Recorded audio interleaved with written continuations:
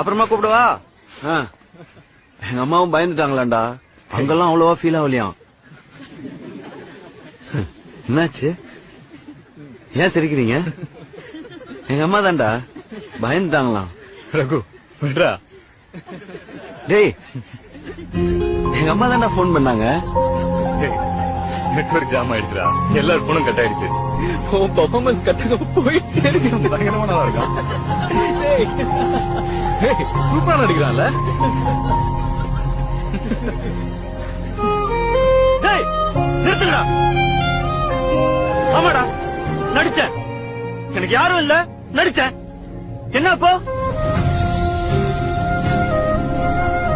ஏன் சந்தோஷத்துக்காக நடிச்சேன்.